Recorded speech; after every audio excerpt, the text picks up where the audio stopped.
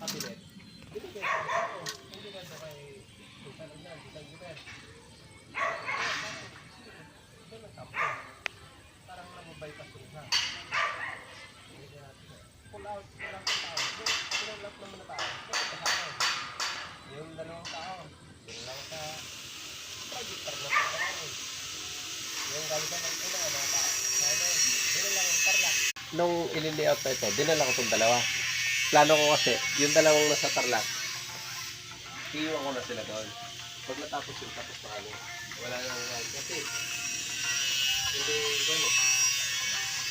Alam mo yung trabaho. Ayun po mga kasama namin tulog. Kung humingi ako ng assessment everyday, dahil sa ako sila dapat nag-arapat na lang humingi na ako assessment. Oo, kasi ang maraming yun. Kaya pag Mga tulog na guys. pag natapos ang Tarlac, hindi ko na sila kukunin. Ulam namin. Yan, gulay. Paborita ng Mindoro. Punta tayo sa Labuyo. Sabi ko yan, pati yung mga materialis ko hindi kaya Yan guys. Mga Labuyo guys. Ayan. Mga Labuyo dito. May ilap pa nga guys.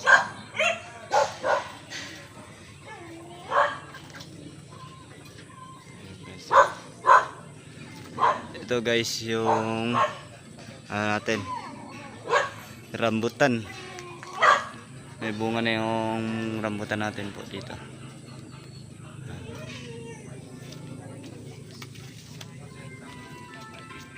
Saka mga ano. Ito po yung mga damit, ang mga ano natin ginagawan trabaho, second floor.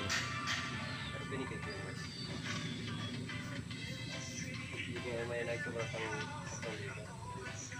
Sabi ko, yan lang, sabi ko sa ate ko. Pagkano natin,